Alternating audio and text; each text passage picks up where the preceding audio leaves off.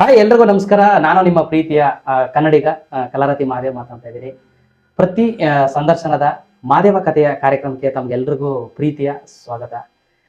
ಇವರು 300ಕ್ಕೂ ಹೆಚ್ಚು ಸಿನಿಮಾಗಳಲ್ಲಿ ಅಭಿನಯ ಮಾಡಿದ್ದಾರೆ, 250ಕ್ಕೂ ಹೆಚ್ಚು ಧಾರಾವಾಹಿಗಳಲ್ಲಿ ಅಭಿನಯ ಮಾಡಿದ್ದಾರೆ, ಪಂಚ ಭಾಷೆಗಳಲ್ಲಿ ಅಭಿನಯ ಮಾಡಿದ್ದಾರೆ. ಇವರು ಹಿರಿಯ ರಂಗಕರ್ಮಿಗಳು ಮತ್ತೆ ಜನಪ್ರಿಯ ವಾಗ್ಮಿಗಳು, ಹಾಗೆಯೇ ಸಮಾಜಮುಖಿಯ ಕೆಲಸ ಕಾರ್ಯಗಳನ್ನು ಹಲವಾರು ಮಾಡ್ತಾ ಬಂದಿದ್ದಾರೆ. ಎಷ್ಟೋ ಸಾವಿರಾರಕ್ಕೂ ಹೆಚ್ಚು ಭಾಷಣಕಾರರಾಗಿ ಅದ್ಭುತವಾಗಿ ಮಾತಾಡ್ತಾರೆ. ಡಾಕ್ಟರ್ ಚಿಕ್ಕ ಹೆಜ್ಜಾಜಿ ಮಹಾದೇವ್ ಗುರುಗಳು, ಸಂಪೂರ್ಣವಾಗಿ ನಿಮ್ಗೆ ಪರಿಚಯ ಮಾಡ್ತೀವಿ. ಪ್ರೀತಿಯ ಆತ್ಮೀಯರಾದಂಥ ಕಲಾರತಿ ಮಹಾದೇವ್ ಅವರೇ ಹಾಗೂ ಅವರು ಶ್ರೀಮತಿಯವರು ಇಬ್ಬರು ಇದ್ದೀರಿ. ಇವತ್ತು ಇಂಟರ್ವ್ಯೂ ಮಾಡ್ತಾ ಇದ್ದೀರಿ, ಭಾಳ ಸಂತೋಷ ಆಗ್ತಾ ಇದೆ ಸ್ನೇಹಿತರೆ.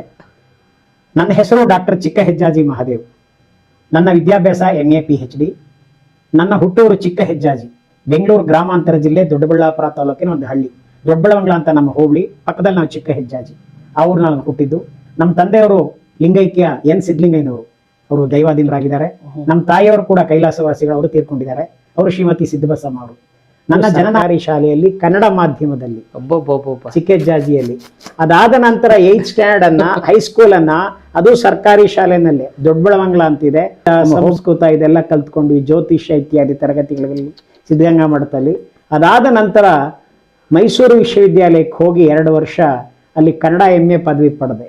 ದೊಡ್ಡ ದೊಡ್ಡ ಗುರುಗಳು, ಬೆಳ್ಳಾವಿನ ಹರೀಶ್ ಶಾಸ್ತ್ರಿಗಳು, ಅವ್ರ ಬಗ್ಗೆ ನಾನು ಡಾಕ್ಟರೇಟ್ ಮಾಡಿದ್ದೇನೆ. ಅವರು ಗುಬ್ಬಿ ವೀರಣ್ಣವ್ರಿಗೆ ಅತ್ಯಂತ ಆತ್ಮೀಯರಾಗಿದ್ದವರು ಬೆಳ್ಳಾವಿನ ಹರೀಶ್ ಶಾಸ್ತ್ರಿಗಳು. 51 ನಾಟಕ ಬರೆದಿದ್ದಾರೆ, 8 ಸಿನಿಮಾಗಳಿಗೆ ಸಾಹಿತ್ಯ ಕೊಟ್ಟಿದ್ದಾರೆ. ದರ್ಶನ್ ಸರ್ ಅಂತ ಬಂದ್ರೆ, ಅವ್ರ ಜೊತೆ ಇದ್ದಾಗ ನಿಮ್ಗೆ ಒಡನಾಟ ಯಾವ ರೀತಿ ಇತ್ತು? ನೀವು ಯಾವ ರೀತಿ ಅದನ್ನ ನೋಡಿ, ದರ್ಶನ್ ಅವರು ಬಹಳ ಸ್ಫುರದ್ರೂಪಿ ನಟ, ಪ್ರತಿಭಾವಂತ ನಟ, ಅದ್ರ ಬಗ್ಗೆ ಯಾರ್ದು ಮಾತಿಲ್ಲ. ನಾನು ದರ್ಶನ್ ಜೊತೆಯಲ್ಲಿ ಒಂದು 10 ಸಿನಿಮಾ ಮಾಡಿರ್ಬೋದು. ಬಹಳ ವಿಶೇಷ ಅಂತ ಕೇಳಿದ್ರೆ ಲಾಲಿ ಹಾಡು, ಧ್ರುವ, ಯೋಧ, ಆಮೇಲಿಂದ ವಿಶೇಷವಾಗಿ ಚಿತ್ರ ಅಂತ ಕೇಳಿದ್ರೆ ನಮ್ಮೆಲ್ಲರ ಪ್ರೀತಿಯ ದೊಡ್ಡ ಮಹಾನ್ ಚಿತ್ರ ಕ್ರಾಂತಿವೀರ ಸಂಗೊಳ್ಳಿ ರಾಯಣ್ಣ. ಅದಾದ್ಮೇಲೆ ಜಗ್ಗುದಾದ. ನಂದ ಒಂದು ಖುಷಿ ಏನ್ ಗೊತ್ತಾ, ಸಂಗೊಳ್ಳಿ ರಾಯಣ್ಣನ ಅಣ್ಣ ಸಂಗೊಳ್ಳಿ ಸಿದ್ದಣ್ಣ, ಆ ಪಾತ್ರ ನಾನು ಮಾಡಿದ್ದೇನೆ. ಇದು ಬಹಳ ಯಾವತ್ತೂ ಕೂಡ ಮರೆಯಕ್ ಸಾಧ್ಯನೇ ಇಲ್ಲ. ಆಮೇಲೆ ಅಲ್ಲಿ ಆ ಊರುಗಳಲ್ಲಿ ಹೋಗಿ ಶೂಟಿಂಗ್ ಮಾಡಿದ್ವಿ. ಸಂಗೊಳ್ಳಿ, ನಂದಗಡ, ಕಿತ್ತೂರು, ಹೊಸೂರು ಎಲ್ಲೆಲ್ಲಿ ಇದೆಯಲ್ಲ ರಾಯಣ್ಣಂಗೆ ಸಂಬಂಧಪಟ್ಟಂತ ಊರುಗಳು, ಅಲ್ಲಿ ಶೂಟಿಂಗ್ ಮಾಡಿದ್ವಿ. ಆಫ್ ಸ್ಕ್ರೀನ್ ಅಲ್ಲೆಲ್ಲ ಯಾವ ರೀತಿ ಇರ್ತಾ ಇದ್ರು Darshan sir? Is very friendly, ತುಂಬಾ ರೆಸ್ಪೆಕ್ಟ್ ಮಾಡ್ತಾರೆ. ಸರ್ ಚೆನ್ನಾಗಿದ್ದೀರಾ? ನಮಸ್ಕಾರ ಸರ್. ನಮಸ್ಕಾರ. ಟಿಫನ್ ಮಾಡ್ರೆ? ಹೇಗಿದ್ದೀರಿ? ಏನಾದ್ರು ಕಷ್ಟ ಸುಖ ಕೇಳೋ ಸಂದರ್ಭ ಬಂದ್ರೆ ಮಾತಾಡ್ತಾ ಇದ್ರು. ಬಹಳ ಮಿತಭಾಷಿ, ಹೆಚ್ಚು ಏನೇನು ಅನವಶ್ಯಕವಾಗಿ ಮಾತಾಡ್ತಿರ್ಲಿಲ್ಲ. ಸಂದರ್ಭ ಬಂದ ಮಾತಾಡೋರು, ಹಾಸ್ಯ ಮಾಡೋರು. ಎಲ್ಲ ಒಟ್ಟಿಗೆ ಕೂರ್ತಿದ್ವಿ, ತಿಂಡಿ ತಿಂತಿದ್ವಿ, ಊಟ ಮಾಡ್ತಿದ್ವಿ, ಒಟ್ಟೊಟ್ಟಿಗೆ ಆಕ್ಟಿಂಗ್ ಮಾಡ್ತಿದ್ವಿ. ಆಮೇಲೆ ಸೀನ್ ಇಂಪ್ರೂವೈಸ್ ಮಾಡ್ಕೋಬೇಕಾದ್ರೆ ಮಾತಾಡ್ತಿದ್ವಿ. ಆತರ ನೋಡಿ 10-12 ಸಿನಿಮಾದಲ್ಲಿ ಅವ್ರ ಜೊತೆ ಕಡಿಮೆ ಸಾಧನೆ. ಆಮೇಲೆ ಇನ್ನೊಂದು ವಿಶೇಷ ಏನ್ ಗೊತ್ತಾ ಮಾದೇವ್ರೆ, ಕನ್ನಡದ ಬಹುಪಾಲು ಎಲ್ಲ ನಟರ ಜೊತೆ ಪಾತ್ರ ಮಾಡಿದ್ದೀನಿ. ಅಣ್ಣವ್ರ ಫ್ಯಾಮಿಲಿ, ಅಣ್ಣವ್ರ ಜೊತೆ ಮಾಡ್ಲಿಕ್ಕೆ ನಂಗೆ ಅವಕಾಶ ಸಿಕ್ಲಿಲ್ಲ. ಭಕ್ತಾಂಬರೀಷ ಮಾಡ್ಬೇಕಿತ್ತು, ಆದ್ರೆ ಶಿವಣ್ಣ, ರಾಘಣ್ಣ, ಅಪ್ಪು, ರಾಮ್ಕುಮಾರ್, ರಾಘಣ್ಣನ್ ಮಗ,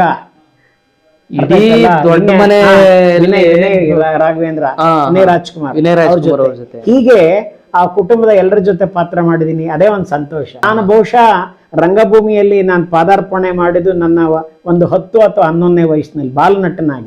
ಸ್ಕೂಲಲ್ಲಿ ಯಾವ್ದೇ ನಾಟಕ ಮಾಡ್ಲಿ ನಾನೇ ಹೀರೋ, ಅದ್ರಲ್ಲಿ ಪ್ರಧಾನ ಪಾತ್ರ.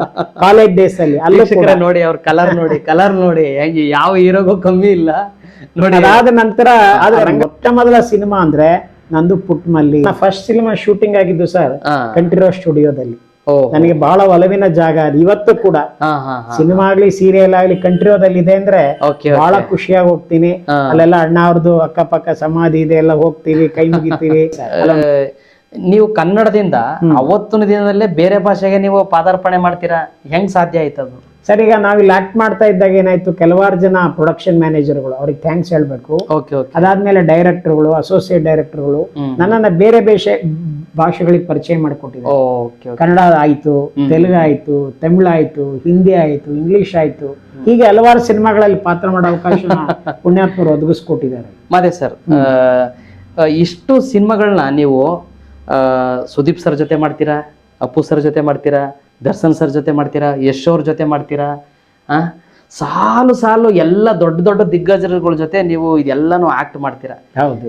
ಎಲ್ಲ ತರದ ಆಕ್ಟ್ ಅನ್ನ ಮಾಡಿದಿರಾ. ಹಂಗಿದ್ರೆ ಬ್ಯಾಲೆನ್ಸ್ ಇರೋದು ಏನಿರ್ಬೋದು ನಮ್ಮ ವೀಕ್ಷಕರಿಗೆ ತಿಳಿಸಿ. ಇನ್ನು ಇದೆ ಮಾಡಬೇಕು. ಗವರ್ನರ್ ಇನ್ನ ಮಾಡ್ಬೇಕಾಗಿರೋ ಪಾತ್ರ ಪ್ರೈಮ್ ಮಿನಿಸ್ಟರ್ ಒಂದು ಪಾತ್ರ ಮಾಡಬೇಕು ನೋಡಿ, ಅದನ್ನೇ ಕೇಳಿದಲ್ಲಿ ಅದನ್ನ ಪಾತ್ರ ಮಾಡ್ಬೇಕಪ್ಪ.